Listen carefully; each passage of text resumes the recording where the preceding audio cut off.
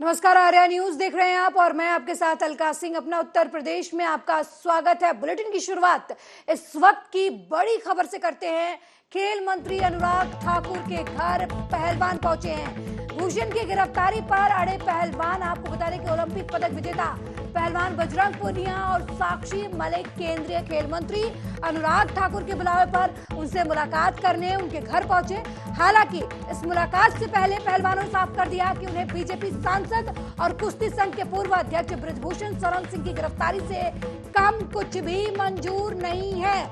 आपको बता दें कि एक दिन पहले ही अनुराग ठाकुर की तरफ से पहलवानों को बातचीत के लिए न्योता दिया गया था और अब पहलवान साक्षी मलिक और बजरंग पूनिया खेल मंत्री अनुराग ठाकुर के घर पहुंचे हैं बातचीत के लिए। लेकिन एक चीज जो इन सब के बीच है, पहलवानों की तरफ से साफ कर दी गई है कि बृजभूषण सिंह की गिरफ्तारी से कम कुछ भी पहलवानों को नहीं चाहिए।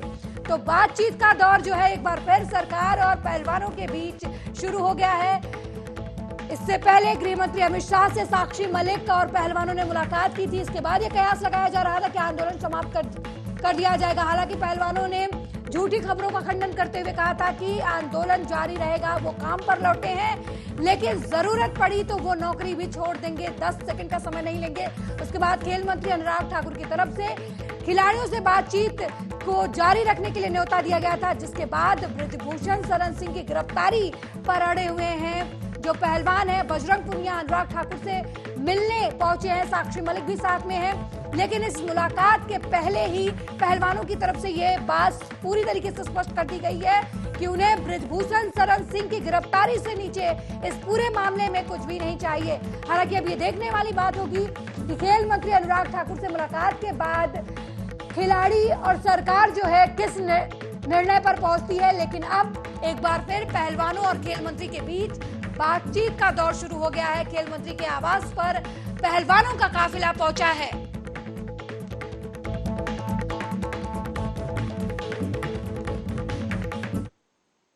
वहीं मरहूम माफिया अतीक अहमद और अशरफ हत्याकांड की सुनवाई होगी आज। तीनों शूटर्स की न्यायिक हिरासत 14 दिन और बढ़ाने की बात कही जा रही है। आपको बता दें कि एसआईटी मांग कर सकती है इस न्यायिक हिरासत को बढ़ाने की। एसआईटी शूटर्स लवलेश तिवारी और सनी सिंह, अरुण मौर्य से पहले ही प्रतापगढ़ जेल में पूछताछ कर चुकी है। इस दौरान कोई ठोस जानकारी न मिल पाने की वजह से एसआईटी की तरफ से आज फिर न्यायिक हिरासत की मांग की जा सकती है। बता दें कि माफिया अतीक अहमद और अशरफ की 15 अप्रैल 2023 को तीनों शूटर्स ने गोली मारकर काल्विन हॉस्पिटल में मेडिकल चेकअप के दौरान हत्या कर दी थी।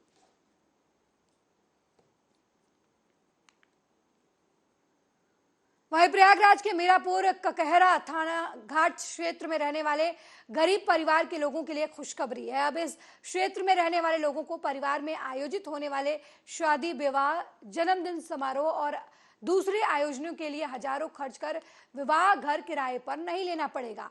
वो अपने ही क्षेत्र में विधायक निधि से नवनिर्मित विवाह का घर निःशुल्क ही आयोजन के लिए ले सकते हैं। मंगलवार को प्रदेश सरकार के कैबिनेट मंत्री नंदगोपाल गुप्ता नंदी ने इसका लोकार्पण किया है। उन्होंने 30,82,000 रुपए की लागत से विधायक निधि से निर्मित विवाह घर क्षेत्र की जनता को समर्पित किया है। मंत्री नंदी ने विवाह घर के साथ ही कुल 72,97,000 रुपए की लागत से निर्मित विकास कार्यों का लोकार्पण भी इस दौरान किया।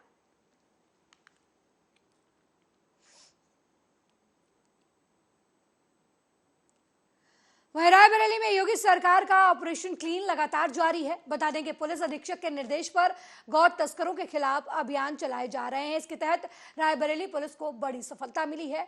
पुलिस ने 3 गौ तस्करों को मुठभेड़ के दौरान गिरफ्तार किया है। वहीं गिरफ्तार किए गए तीनों बदमाशों के पास से पुलिस को भारी मात्रा में असलाह, कारतूस बरामद हुए हैं।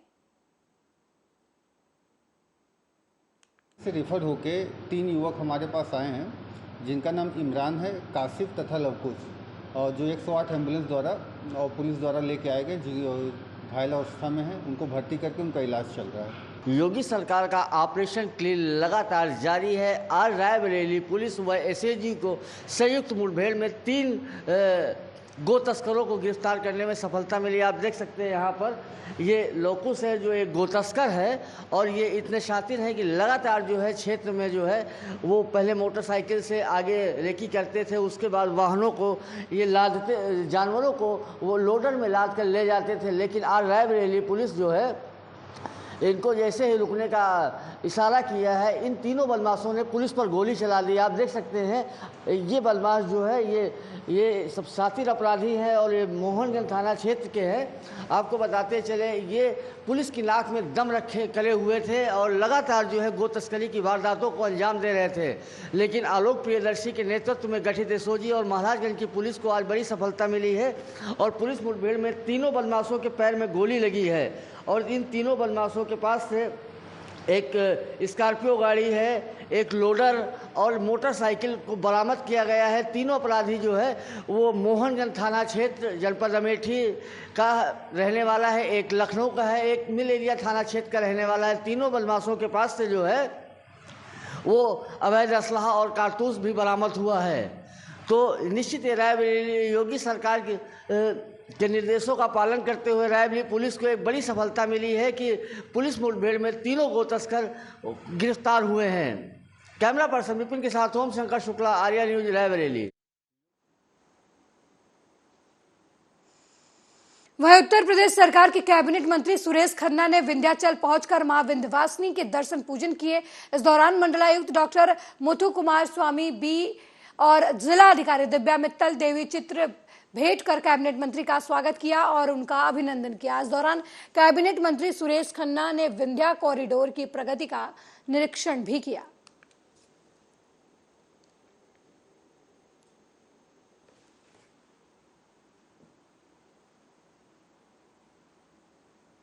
वहीं उत्तर प्रदेश के आगरा से एक दिल दहला देने वाली खबर सामने आई है। यहां एक किराएदार ने 9 साल की बच्ची की हत्या कर शव अलमारी में छिपा दिया। मामला आगरा के जगदीशपुरा थाना क्षेत्र के बीघा नगर का है। बता दें कि पीड़ित परिवार और आरोपी दोनों एक ही मकान में किराए पर रहते थे। बच्ची सोमवार दोपहर से लापता थी। परिवार वाले उसको ढूंढ रहे थे। जब देर शाम तक बच्ची का पता नहीं चल पाया तो पिता ने थाने में गुमशुदगी दर्ज कराई। इसके बाद पुलिस ने किराएदार को हिरासत में लेकर पूछताछ शुरू कर दी, तब जाकर आरोपी पकड़ा गया। इस पूरा पे ये सूचना दी गई कि उनकी बच्ची जो दुकान से कुछ सामान खरीदने गई थी वो लापता है, मिल नहीं रही है। इस सूचना को पाकर तुरंत पुलिस हरकत में आई। पुलिस ने मुकदमा पंजीकृत किया और पुलिस सभी मोहल्ले वासियों और परिवार के साथ मिलकर बच्ची की तलाश करने लगी।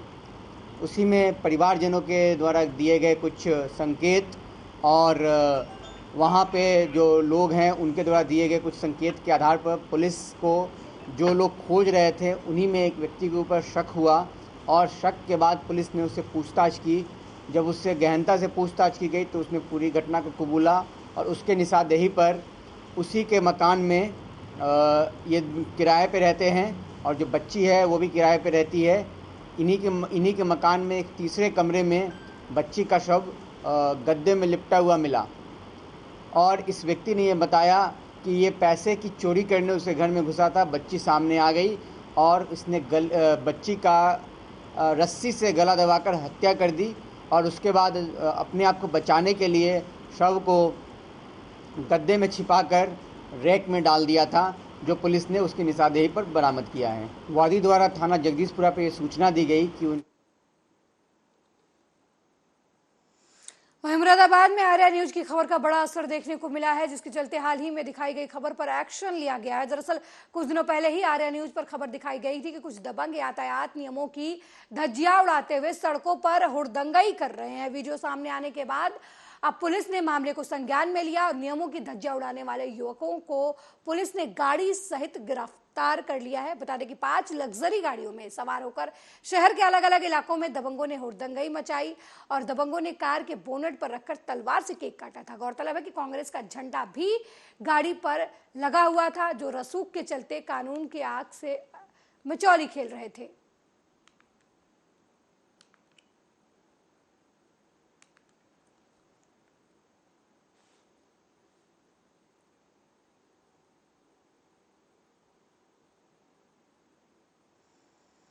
वहीं रायबरेली में संदिग्ध परिस्थितियों में अज्ञात किशोरी का शव स्कूल के अंदर पेड़ पर दुपट्टे से लटकता हुआ बरामद हुआ।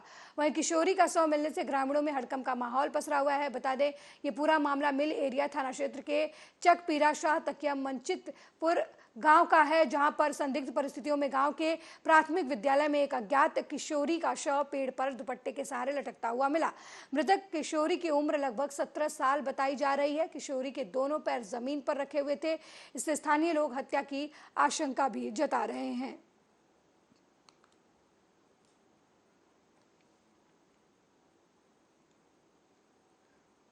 अगली खबर प्रयागराज से है, जहां दो पक्षों के बीच में विवाद हुआ है, जिसके चलते रोशन बाग में गोलियों की तड़तड़ाहट सुनाई दी। इस दौरान एक महिला को गोली भी लग गई। घायल अवस्था में महिला को अस्पताल में भर्ती कराया गया। हालांकि सूचना पर पहुंची पुलिस मामले की जांच पड़ताल में जुट गई है। प्रयागराज के खुलदाबाद थाना क्षेत्र का ये पूरा मामला बताया जा रहा है।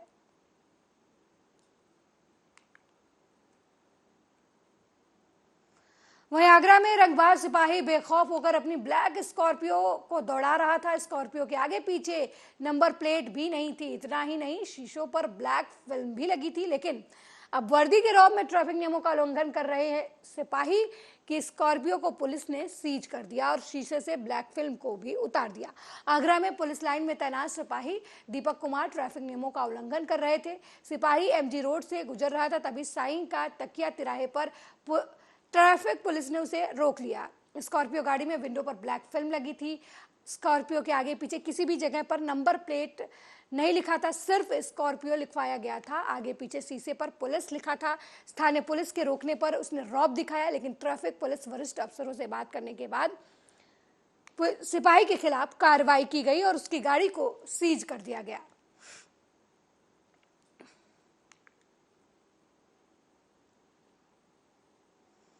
अगली खबर बुलंदशहर से है, जहां अहमदगढ़ थाना क्षेत्र के गांव खुदादिया में आशिक मिजाज होमगार्ड को महिला ने सबक सिखाया है। लहूलुहान होमगार्ड का वीडियो सोशल मीडिया पर अब वायरल हो रहा है। जानकारी के मुताबिक आशिक मिजाज होमगार्ड अहमदगढ़ थाने के 112 पीआरबी पर तैनात है।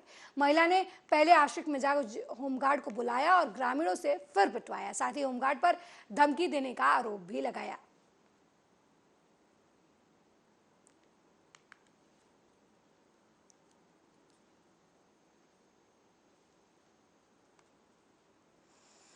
वहीं लोनी की नशबंदी कॉलोनी में रहने वाले 17 साल की लड़की ने घर में फांसी लगा ली है। आत्महत्या के कारणों का पता भी नहीं चल पाया। थाना अंकुर बिहार के नशबंदी कॉलोनी में मृतका के परिजन 35 साल से रह रहे हैं।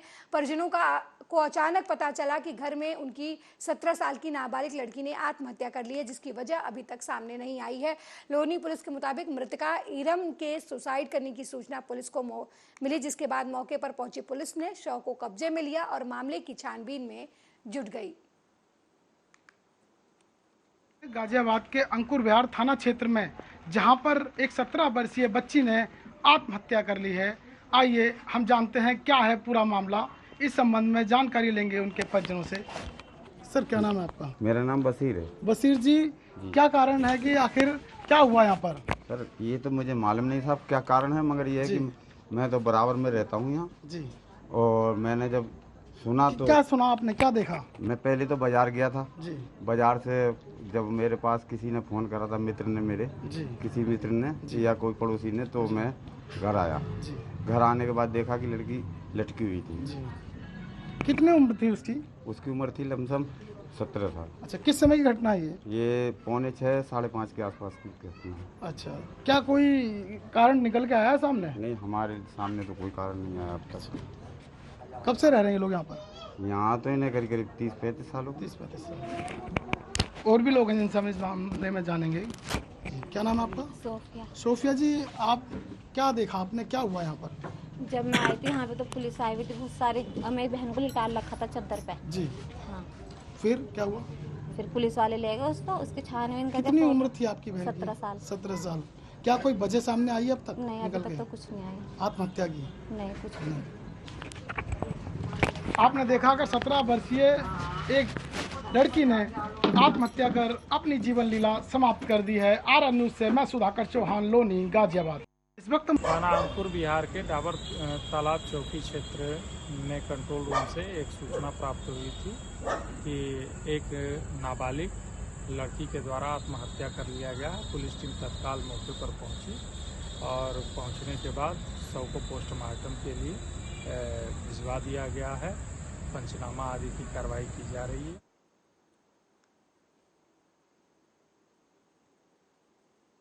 वहीं बिजनौर में 3 युवक गंगा में नहाते समय डूब गए, जिसमें से एक की डूबकर मौत हो गई जबकि 2 को बचा लिया गया। दरअसल मंगलवार की दोपहर 2 बजे करीब नांगल थाना क्षेत्र के गांव मोहम्मद अलीपुर द्वारिका निवासी 3 दोस्त गांव गौसपुर के सामने गंगा में नहाने आए थे।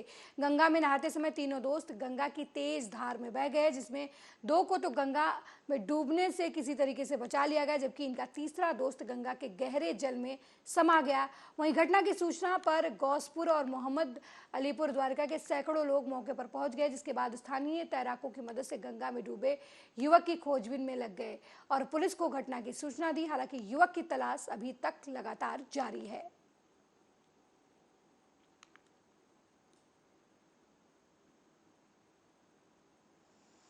वहीं राकेश टिकैत का पहलवानों को नौकरी ज्वाइन करने पर बयान सामने आया है। किसान नेता राकेश टिकैत ने कहा कि भारत सरकार उनसे मिलना चाहती थी, वो हमारी नॉलेज में है।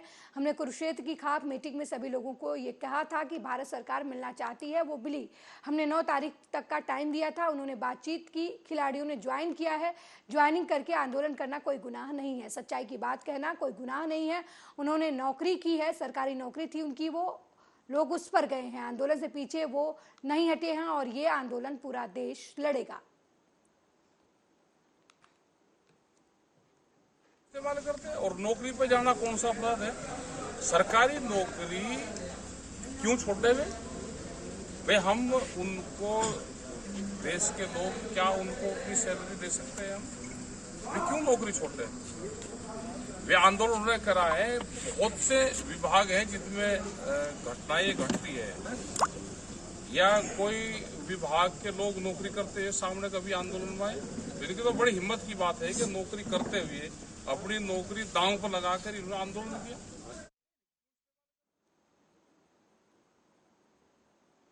वहीं उड़ीसा के बालासोर में हुए ट्रेन हादसे को लेकर समाजवादी पार्टी के राष्ट्रीय अध्यक्ष अखिलेश यादव ने बीजेपी पर निशाना साधा है।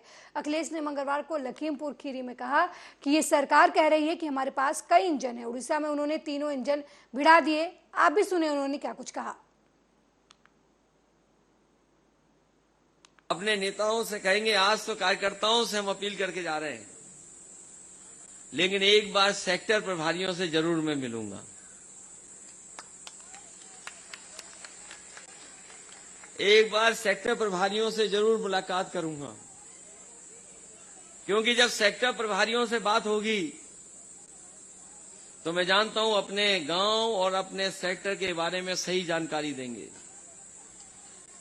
और जब सही जानकारी मिल जाएगी तो उसका समाधान भी हम लोग मिलकर के ढूंढ लेंगे। क्योंकि कमी क्या है अगर हम लोगों को नहीं पता होगी तो बताओ हम लोग लड़ाई कैसे जीतेंगे।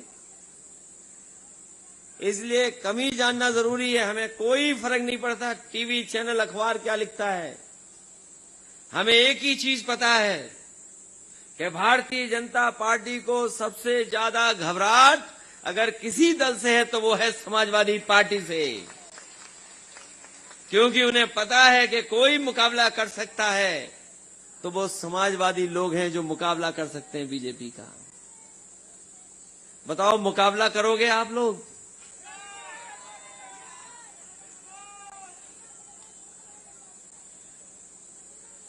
क्योंकि लोकसभा का चुनाव केवल लोकसभा का चुनाव नहीं है, सरकार का चुनाव नहीं है। हमारा आपका भविष्य क्या होगा इसका चुनाव है। भविष्य का चुनाव है। आने वाली पीढ़ी को हम कैसा देश दे करके जाएंगे उसका चुनाव है। आने वाली पीढ़ी का भविष्य क्या होगा उसका चुनाव है। ये लोग जो संविधान को नहीं मानते, कानून को नहीं मानते, वो हमें और आपको भी नहीं मानते। वो हमें और आपको गिनती में ही नहीं रखते। इसलिए भविष्य का चुनाव है, देश के भविष्य का चुनाव। और यूपी जहां से ये आए हैं 2014, जहां से यूपी से घुसे हैं, यूपी वालों की जिम्मेदारी है इन्हें यूपी से बाहर निकालने की। 14 में आएंगे, 24 में हम लोग इनको बाहर निकालने का काम करेंगे। कि 14 दिनों में हम किसानों का भुगतान कर देंगे। हमारे किसानों का भुगतान अभी भी नहीं हुआ है। आप तो गन्ना पैदा करते होंगे, यहां बैठे लोग हैं गन्ने वाले किसान के नहीं हैं? अरे ये तो सब दिखाई दे रहे हैं हमें। कितने दिनों से भुगतान नहीं हुआ? कोई कह रहा 1 साल। बताओ, 1 साल पीछे चल रही है सरकार। और ये सरकार तो कह रही है हमारे पास कई इंजन हैं, कई इंजन। मुख्यमंत्री जी ने कह दिया ट्रिपल इंजन। और देखो, जब से ट्रिपल इंजन बोला मुख्यमंत्री जी ने, ट्रिपल इंजन उड़ीसा में भिड़ गए कि नहीं भिड़ गए?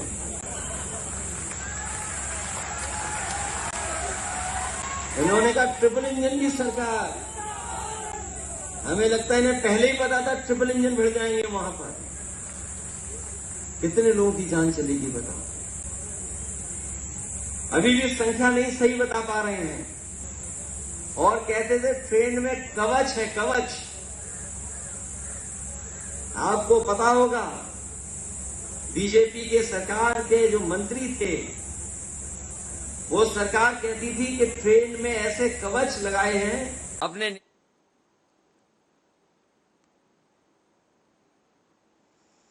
वहीं भारतीय किसान यूनियन के राष्ट्रीय प्रवक्ता चौधरी राकेश टिकैत ने पहलवानों के समर्थन में आवाज उठा रहे किसानों के लिए कहा कि कुरुक्षेत्र में धरना दे रहे किसानों पर हरियाणा पुलिस की तरफ से बल प्रयोग करना निंदनीय है। गिरफ्तार किए गए किसानों और किसान नेताओं को तत्काल रिहा किया जाना चाहिए। अगर ऐसा नहीं किया गया तो हम आंदोलन करेंगे। तो भारत सरकार से जो खेल कमेटी है उनकी बात हुई है, वो बात चली है उनकी, और उन्होंने ये कहा है कि हम बड़े आंदोलन की कॉल देंगे और जब हम बुलाएं, जब सब लोग उसी पे ही आना। जगह भी हम बताएंगे कहाँ मीटिंग होगी और क्या उसमें करना है। कुछ खिलाड़ियों ने अपना समर्थन वापस लिया। नहीं, समर्थन वापसी नहीं लिया। वे अपनी ड्यूटी पे गए हैं और ड्यूटी पे जाके भी आंदोलन कर सकते हैं, अपनी बात रख सकते हैं। तो ये हुआ है, छुट्टी से भी अपनी ड्यूटी पे गए, छुट्टी काट के। लेकिन सच कहना, कोई ड्यूटी पे जाएगा कोई गुनाह नहीं है। तो आंदोलन आपका भी जारी रहेगा? आंदोलन तो जारी है भाई। चार्जशीट उसकी जाए, केस चले, गिरफ्तारी हो, ये हमारी डिमांड पहले से ही है, आज भी हमारी डिमांड है। और आज भी ये है कि दिल्ली पुलिस वहां पे गई हुई है। कई दिन से कुरुक्षेत्र की मीटिंग, कल की मीटिंग, होम मिनिस्ट्री से जो पहलवान हैं वे हमारे सारे मिले, क्योंकि जो कुरुक्षेत्र में तय हुआ था, ये यही तय हुआ था कि 9 तारीख तक सरकार इनसे बातचीत शुरू करे। तो सरकार ने बातचीत शुरू करी है। और कल की मीटिंग में जो हरियाणा में मीटिंग हुई थी, उसमें जो पहलवान हमारे बजरंग पूनिया, उन्हें ये कहा कि आगे का अभी कोई डिसीजन नहीं लेना है, और जब वे डिसीजन कोई लेंगे, कोई पंचायत बुलाएंगे, उस टाइम पे हम सब इकट्ठे होंगे, जाएंगे। तो जो 9 तारीख का प्रोग्राम था, कुछ लोगों से बातचीत हुई तो उन्होंने कहा कि 9 तारीख का प्रोग्राम भी स्थगित हम करें, क्योंकि भारत सरकार से उनकी कोई बातचीत चल रही है। तो हमें यह है उम्मीद कि भारत सरकार से जो हमारे पहलवान हैं, जो हमारी खेल कमेटी है, वो बातचीत सिरे चढ़े। अभी 9 तारीख का प्रोग्राम स्थगित रहेगा और आगे जो भी खेल कमेटी कोई प्रोग्राम करेगी, बुलवाएगी, उसमें 9 तारीख के बाद में हम अपना डिसीजन लेंगे। सब लोग, आप सब अपना गांव में उसमें तैयारियां करते रहें, अपनी छोटी छोटी बड़ी मीटिंगें करते रहें, चर्चाएं करते रहें, क्योंकि बहुत खबरें कल और आज चली है।